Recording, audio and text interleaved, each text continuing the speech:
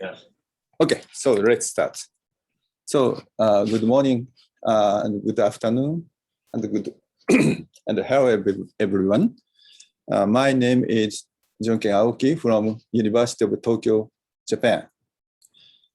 Today, together with our staffs, I want to give you a lecture on target phospholipid analysis in mass spectrometry.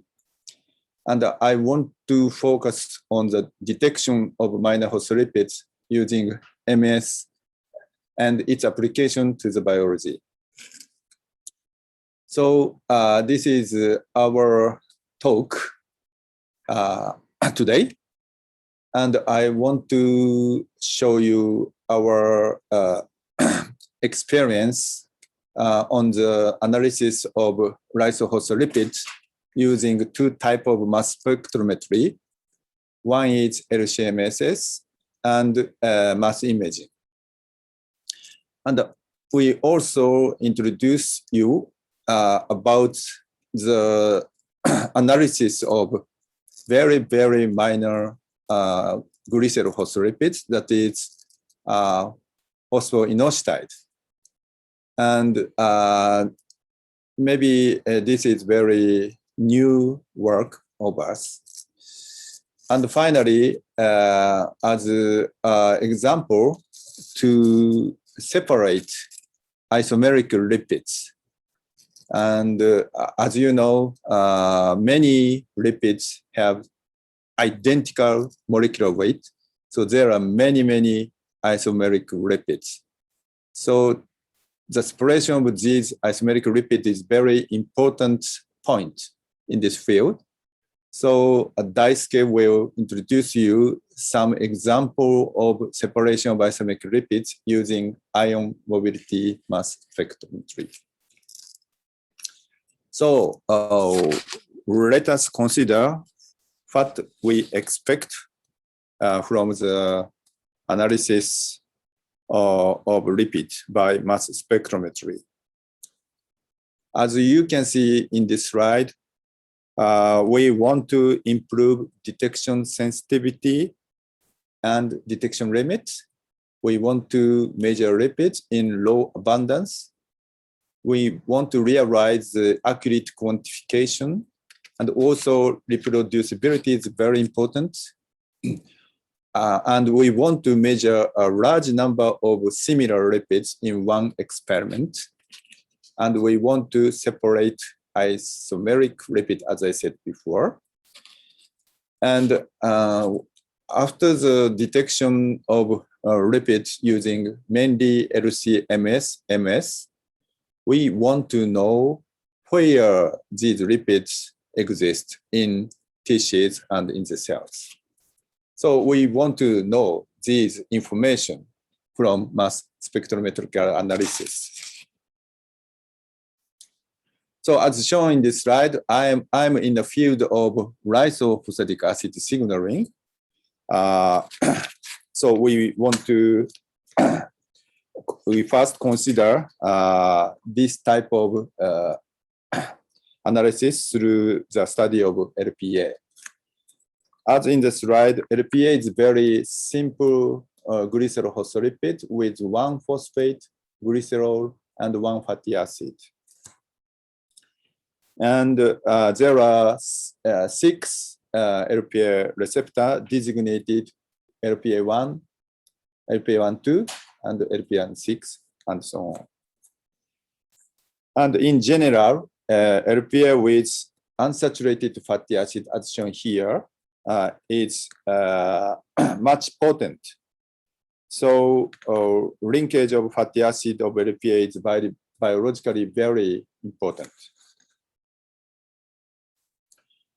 In fact, yesterday I got a question about the SN1 or SN2 LPL. So I showed using this slide, I will explain the biological aspect of SN1 and SN2 lysophospholipids.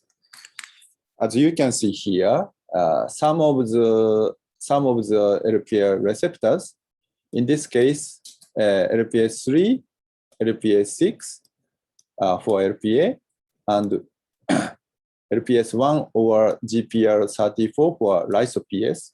These three guides prefer SN2 LPA to SN1 LPA.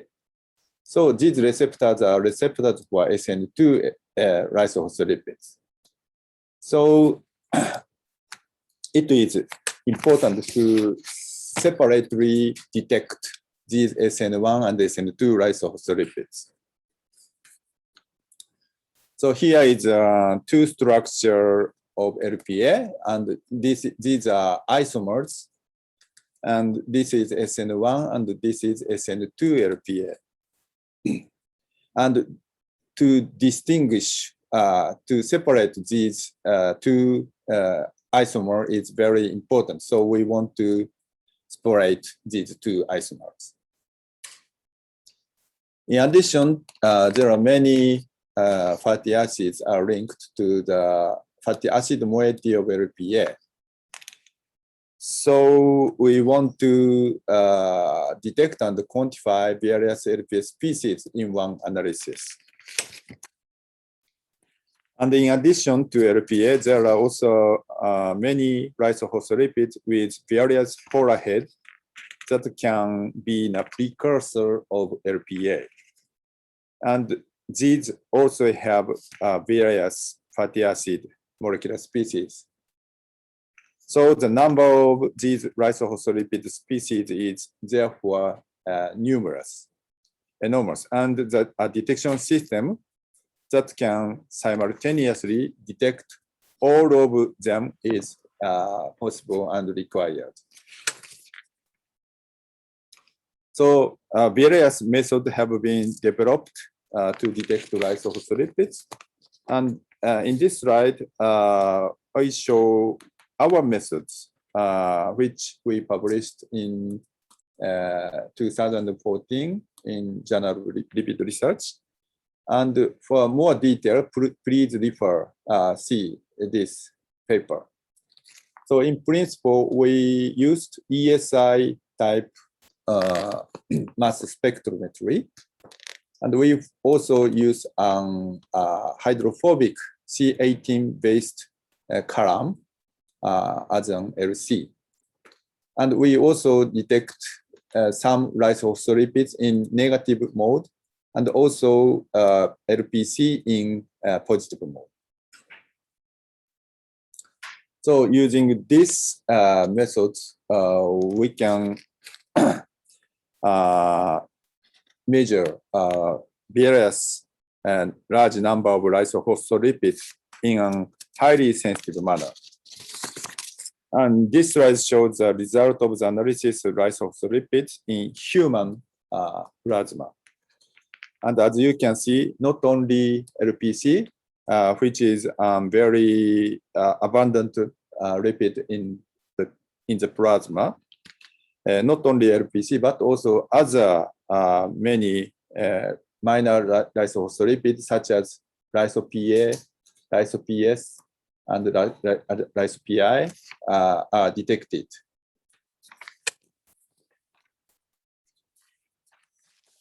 So in this method, the plasma preparation is also very important. We used acid methanol to inhibit the acyl migration reaction of fatty acid at the SN2 position.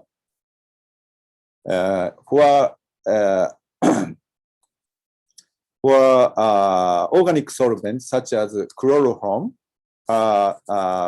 frequently used for the extraction of many phospholipids, but such organic solvents is not suitable for extraction of LPA. So we usually use methanol.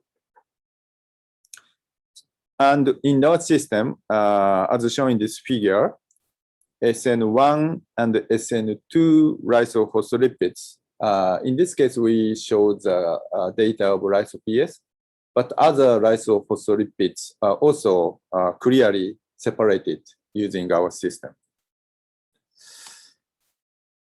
And as shown in the lower panel, SN2 lysophospholipid can be measured stably when we use an acidic methanol, pH 4.0.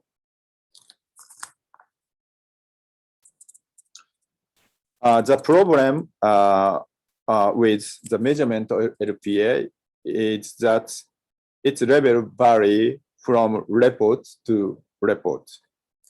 As shown here, you can understand there are several reports of plasma LPA level in normal human. So, but these values vary widely from 100 nanomolar to 2 micromolar.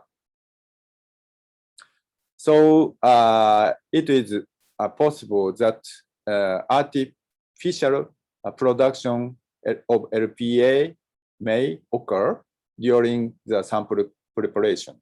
And this is a big problem in the study of LPA. So this is the plasma preparation methods we have established for accurate measurement of plasma LPA. The key point are to keep the plasma at low temperature, in this case on ice after blood collection, and to add an inhibitor of LPA producing enzyme, autotaxin, after plasma preparation. And using this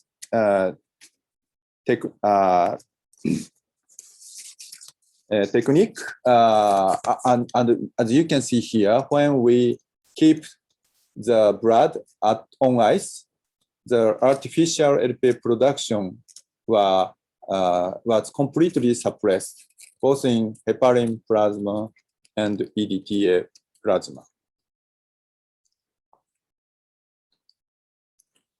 This is the plasma preparation method we have established. And as I said, very important point is to keep the blood sample on ice. And after the plasma preparation, we add autotaxin inhibitor to the plasma. So using this protocol, we determine the LPA level in normal mice and human. And we found that the plasma LPA we detect was much lower than those previously reported. And the concentration is from 40 to nanomolar. So this is much lower than those reported previously. Thus, when measuring lipids, I think it is important to understand the metabolic pathway for the target lipids and to stop the metabolism in order to get an accurate measurement is very, very important. So I think many of you are going to measure VRS type of lipids, but in addition to understand the mechanism of mass spectrometry, you have to understand the metabolic pathway over the target of the target lipids. So other thing we want to we expect for our lipid analysis using mass spectrometry is to know where lipids are located in the tissue and the cell. And we next talk about such tools that enable us to know the location of lipids. And this technique is called MS imaging.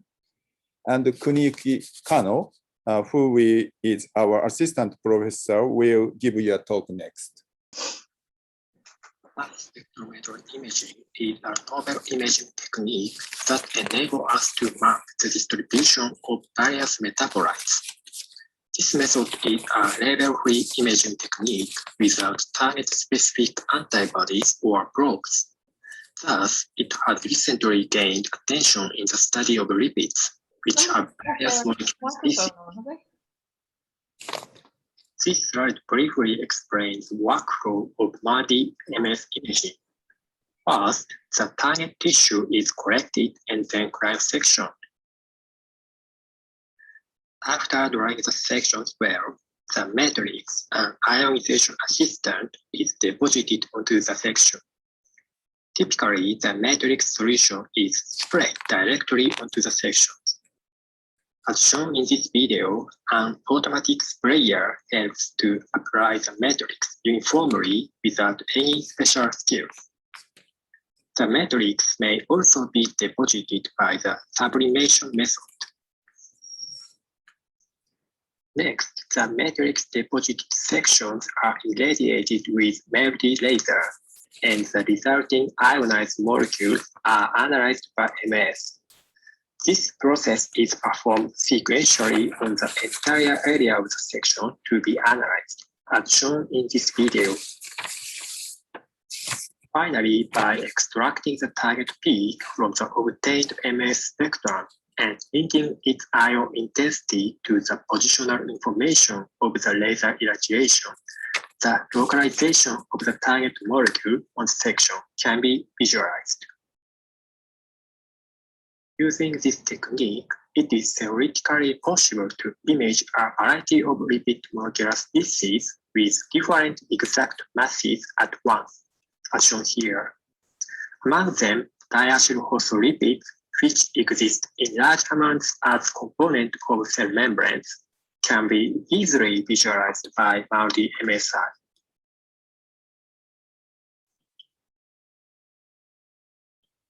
Here is an example of MS imaging of diacyl phospholipids. It is possible to visualize lipid distribution in multiple organs at once using whole body sections of mice and to image them with a special resolution of 10 micrometer at a level where each cell can be distinguished. Although multi-MSI is useful for lipid research, there are still many problems that need to be addressed, as shown here. Among them, imaging of minor lipids, which are present only in small amounts in tissue, is particularly challenging. Fatty acid metabolites and some rice phospholipids correspond to this category. Sphingosine-1 phosphate, S1P, and bisphosphatic acid, LPA, are representative bisphospholipid mediators that are produced locally upon disturbance of homeostasis and function as autocoid-like signaling molecules. Therefore, to understand their pathophysiological significance, MS imaging is a useful research tool. However, the low abundance of S1P and LPA makes imaging difficult. Using the conventional multi-MS imaging method, no one has ever succeeded in visualizing S1P in healthy tissue. Also, even if LPA can be barely imaged, the insufficient signal intensity will result in an unclear image. Furthermore, LPA is artificially produced from other phospholipids by fragmentation during multi-ionization, suggesting that most of the LPA imaging currently available may be derived from false positive signals. Therefore, it is hopeful of developing a more sensitive and highly selective S1P LPA imaging method. To overcome this problem, we attempted to chemically derivatize S1P and LPA on tissue sections prior to multi-MS analysis. As a target for derivatization, we focused on phosphate monoester, which are common structure between S1P and LPA, and decided to apply Phos-tag that specifically capture this structure. Phos-tag is a functional molecule which can specifically bind phosphate and form a monocationic complex that are expected to enhance ionization efficiency. As expected, when S1P and LPA was mixed with Phos-tag and analyzed by MALDI-MS, the peak of each complex were clearly identified at the expected empathy value 966.33 and 1023.34. Without going into details, we optimize the pretreatment of the section, the derivatization reactions on the tissue section, and the matrix for ionization respectively. As a result, we have completed a method in which frozen sections are gently washed with ammonium formate, followed by Phos-tag derivatization reaction using a spray method, and deposition of matrix para-nitroaniline for MALDI-MS analysis. Here are the comparison results between the conventional MS imaging method and present Phos-tag method. When imaging mouse brain slices using conventional method, S1P was not detected at all, and the localization pattern of LPA was hardly determined due to its low detection sensitivity. In contrast, the Phos-tag method showed clear signals of each molecular species in both LPA and S1P in a region-specific manner in the mouse brain. In addition to LPA and S1P, this method showed increased detection sensitivity for various phosphate-containing lipids, such as ceramide 1 phosphate and phosphatidic acid. Therefore, this method is expected to be applied to imaging of a wide range of phosphorylated molecules. Next, to validate the spatial resolution of the method, we imaged small regions of the cerebellum with a 10 micrometer laser pitch and found that each lipid species localizes in a specific layer of the neurons, such as the molecular layer, granular layer, and white matter. In addition, the localization was found to be different among individual cells in the same layer. Therefore, this method can be used for imaging at the single cell level. Finally, we applied this method to mice with neural-specific deletion of S1P ligase, which is a key enzyme for intracellular degradation of S1P. Compared with control mice, knockout mice had much higher levels of S1P species in most brain areas, such as thalamus, but not in the cerebral cortex or hippocampus. In contrast, SGPL1 deficiency did not change the levels and localizations of other phospholipids such as LPA. This result clearly demonstrates that this enzyme selectively degraded S1P in specific regions of the brain. They also indicate how the present method using Phos-tag can reveal the real localization of S1P in tissue section. In summary, the Phos-tag derivatization method achieves MALDI-MS imaging of minor lipids contained with monophosphate, such as LPA and S1P, by enhancing the ionization efficiency and detection selectivity, as shown here. It is promising that this method will become a gold standard for imaging phosphate-containing minor lipids in the future. Okay, so next we want to know is to measure the lipids in low abundance. So as an example of low abundance lipids, we will show you the example of PIPS detection.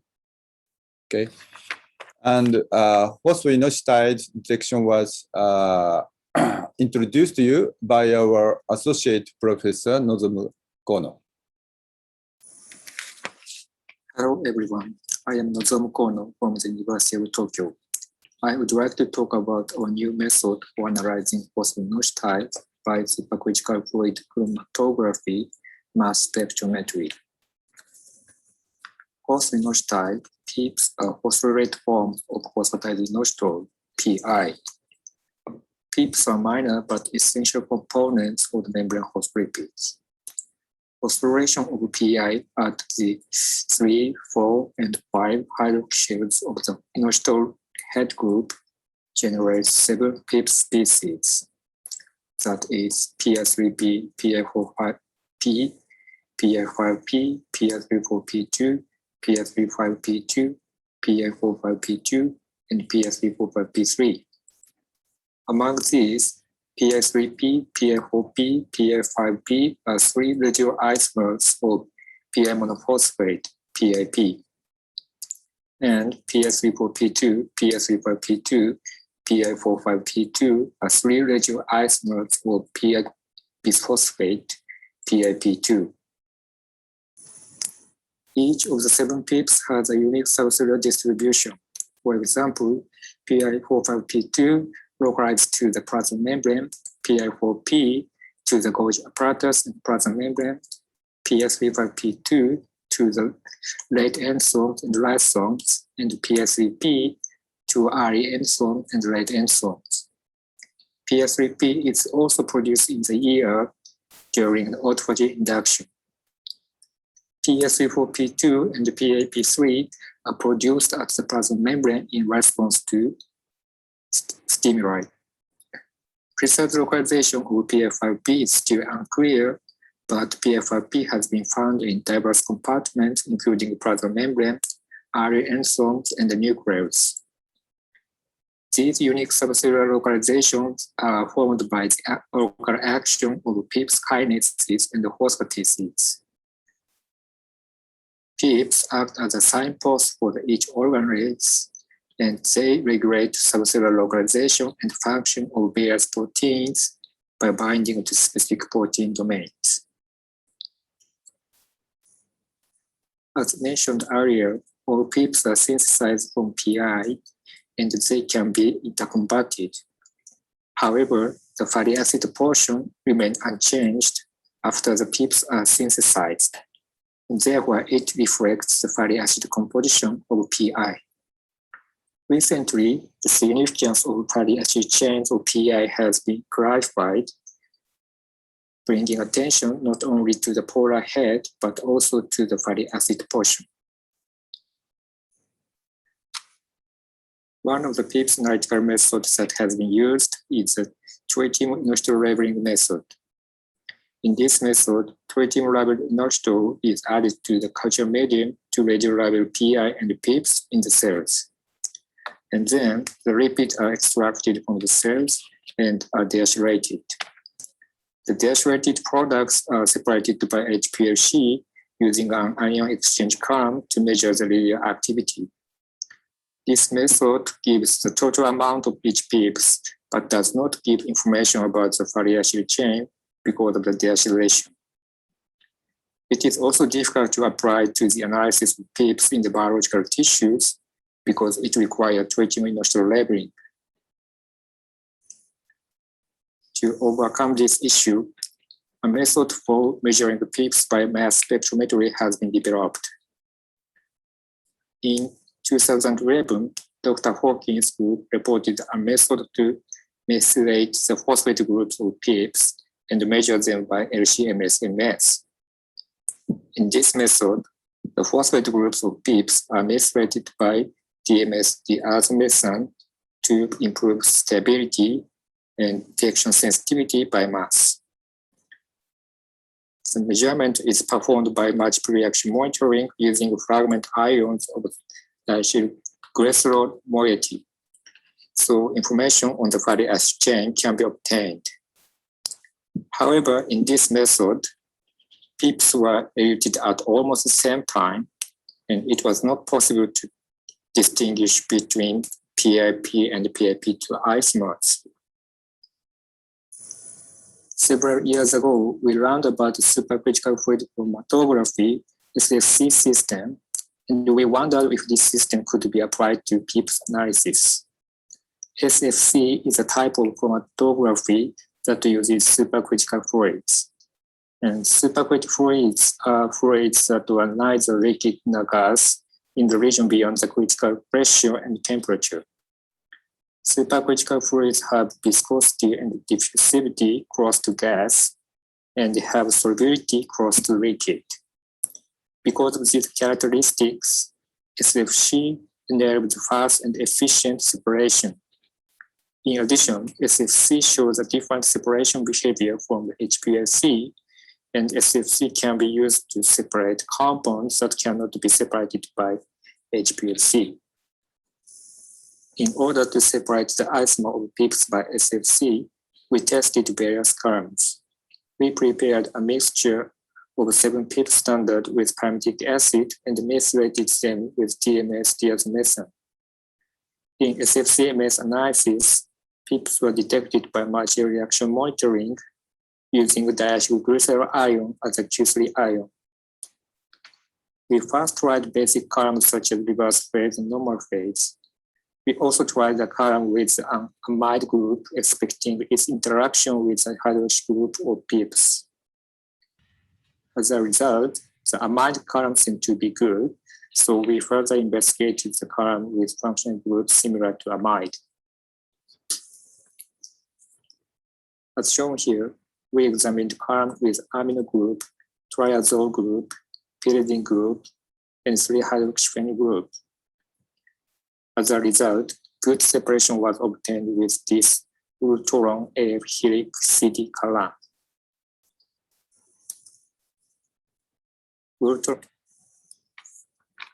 Using this separation system, we analyzed a mixture of PIPs with various fatty acid chain. PIPs with the same polar group showed similar retention times. For example, PI45P2 was eluted around here, PI34P2 here, PI4P here, PI5P and PI3P here. On the other hand, the retention time. Lastly, we analyzed the PIPs in the several mouse tissues. This is a stacked bar graph of PIPs isomer in each tissue. The brain has the highest PIPs content, followed by the lung and kidneys. The composition of PIPs isomer was similar in all tissues. Below is a heat map showing the score of the signal intensity normalized across all 13 tissues who are given PIPs molecular species. You can see that the differential distribution of PIPs molecular species in different tissues. Hierarchical clustering shows that testis was the most distinct from the remaining 12 tissues. Indeed, testis has some PIPs molecular species with the highest Z-scores. These molecular species are the one in which both fatty acid chains are saturated fatty acids. So this testis was found to be unique in the presence of saturated PIPs. This is a summary of this part. Isolation of phosphate group is very useful for the analysis of PIPs by mass spectrometry. We showed SFC enables the separation of PIPs isomer and the analysis of all PIPs molecular species in biological samples. The analysis of each PIPs residual isomer will lead to a better understanding of the physiological and pathophysiological roles of phosphatidylinositol.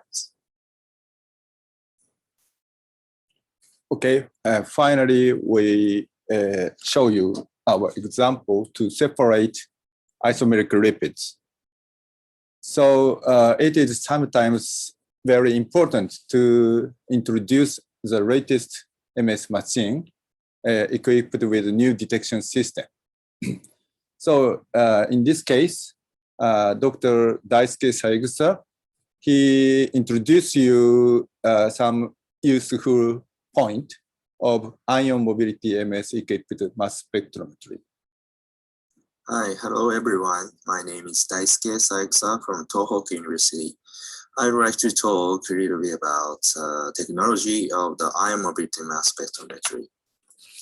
The ion mobility mass spectrometry is the third separation technologies, which is consisted with the chromatographic separation based on the molecular polarity and mass spectrometry based separation based on the molecular weight. And ion mobility mass spectrometry is the separation technology of the molecule based on the molecular structure.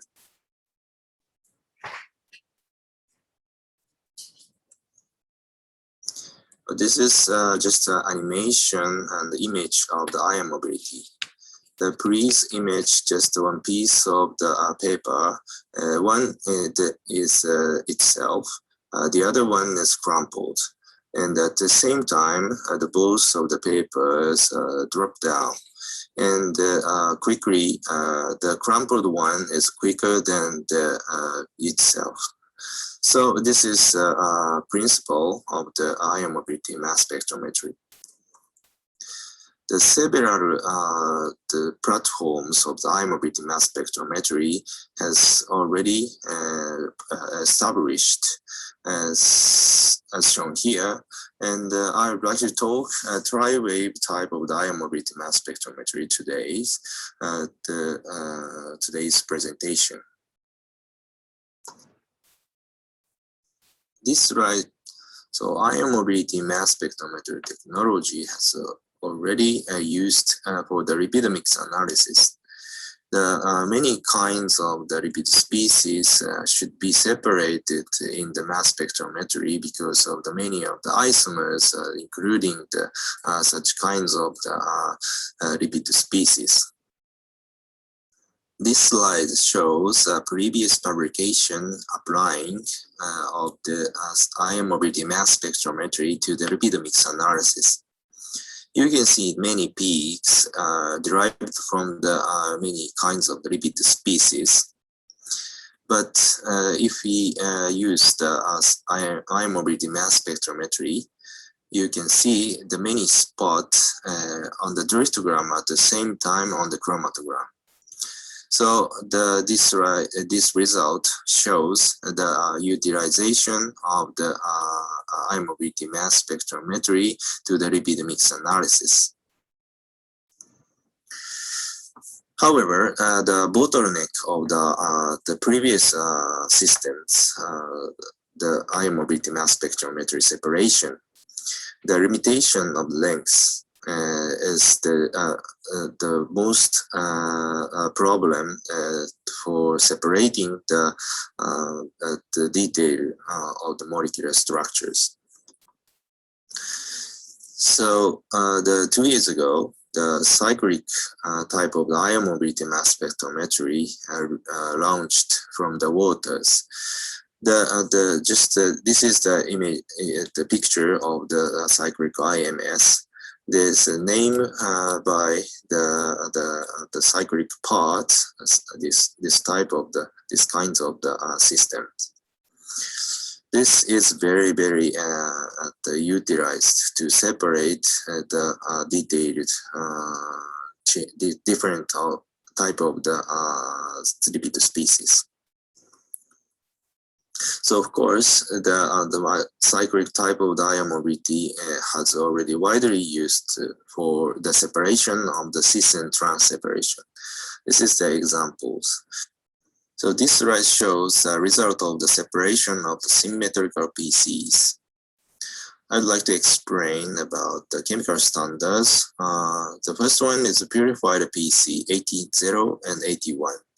The second is the purified PC 18180, which is symmetrical. And the third one is a mixture of 1 and 2. And the fourth one is purchased standard of the PC 80 and 81. So you can see the good separation between the PC 80 and 81 and the 81 and the 80. which was shown black and green respectively.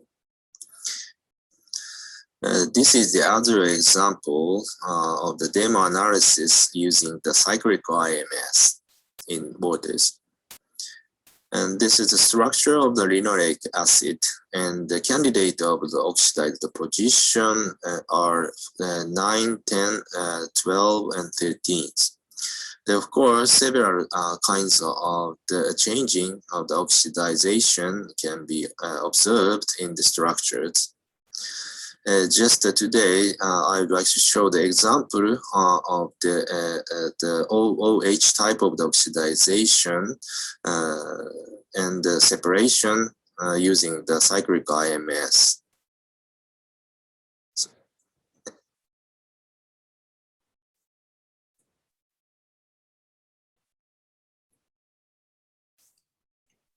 Dr. Aoki, just a quick note that we're at time here. Yeah. This is the last slide. Sorry.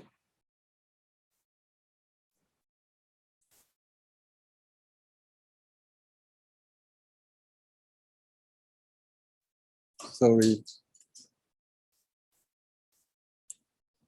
So after a conventional method of the air oxidization of the linoleic acid, the sample was subject to the cyclic IMS to separate the oxidized lipid species. After one passes, you cannot see any separation, but you can see just a little bit shoulders on the driftgram. After 2, 3, 4, 5 passes, you can see the 4 peaks on the driftgram, which is derived from the oxidized linoleic acid. And the details of the structures have not finished, have not annotated at the moment, but the cyclic IMS are utilized for the separation of the oxidized lipid. So this is my final slide. As I showed in my talk, there are many ways to achieve better lipid analysis using mass spectrometry. So this is, in my opinion, one of the fun of the lipid research. So thank you for your listening. I'm happy to take questions.